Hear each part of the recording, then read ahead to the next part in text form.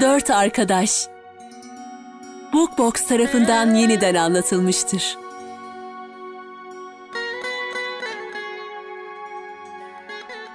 Tüm kasabalardan uzak, tüm hayvanların ve kuşların huzur içinde birlikte yaşadığı bir orman vardı.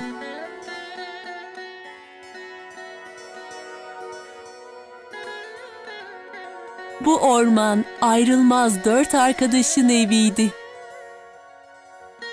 Geyik, kaplumbağa, karga ve fare. Her akşam toplanır, günün olaylarını tartışırlardı.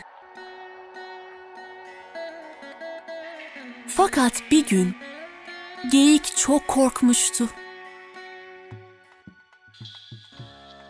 Avcılar her yere tuzak seriyor. Kaçmak için yapabileceğimiz bir şey var mı? Dedi. Evet var, diye bağırdı karga. Arkadaşımız farenin de bildiği gibi. Karga herkese gördüğünü anlatmaya başladı. Geçen gün hayret verici bir şey gördüm. Bir kumru sürüsü avcının ağlarına takılmış, kanatlarını vahşice çırpıyordu. Sonra aniden hep birlikte kumrular gagalarıyla ağa tutup havaya uçtular.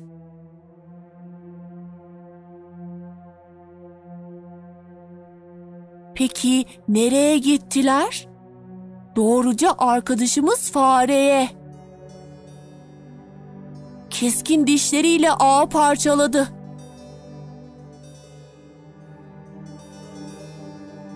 Sonunda serbest kalan kumrular uçtu. Arkadaşımıza minnet borçları var.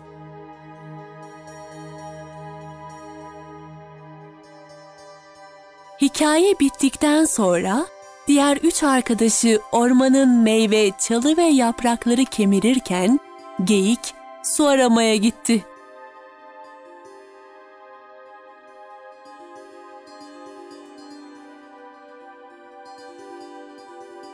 Geyiğin gelmesini beklerken gece geç saatlere kadar sohbet ettiler. Ancak geyik ortalıklarda yoktu.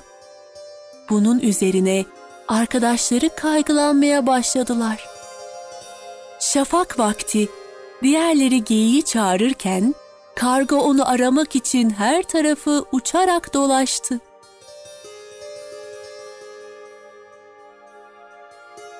Açıklık alanda geyiği ayağından ağlara takılmış gördü.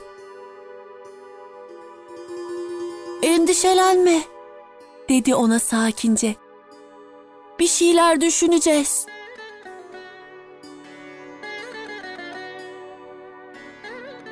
Fare hızlıca karganın sırtına atladı ve geyiği kurtarmak için uçmaya başladılar.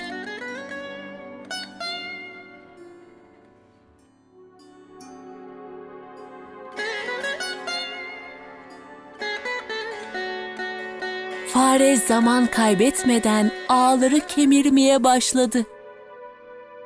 Tam o esnada kaygılı kaplumbağa alana ulaştı. "Neden buraya geldin? Avcılar dönerse asla kaçamazsın," diye feryat etti geyik. Avcılar döndü.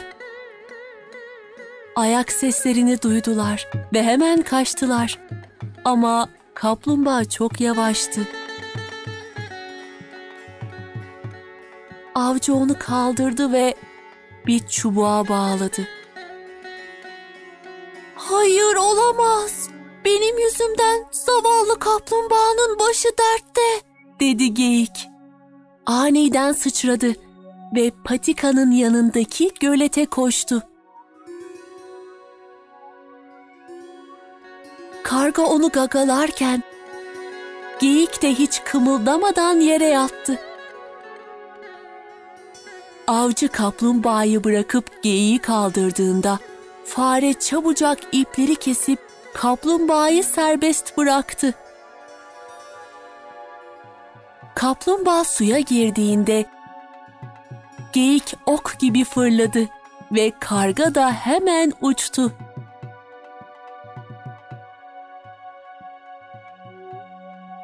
Avcı korkudan titredi. Hiçbir hayvanın dirildiğini görmemişti. Ormanı hayaletlerin bastığını düşündü ve canını kurtarmak için koştu.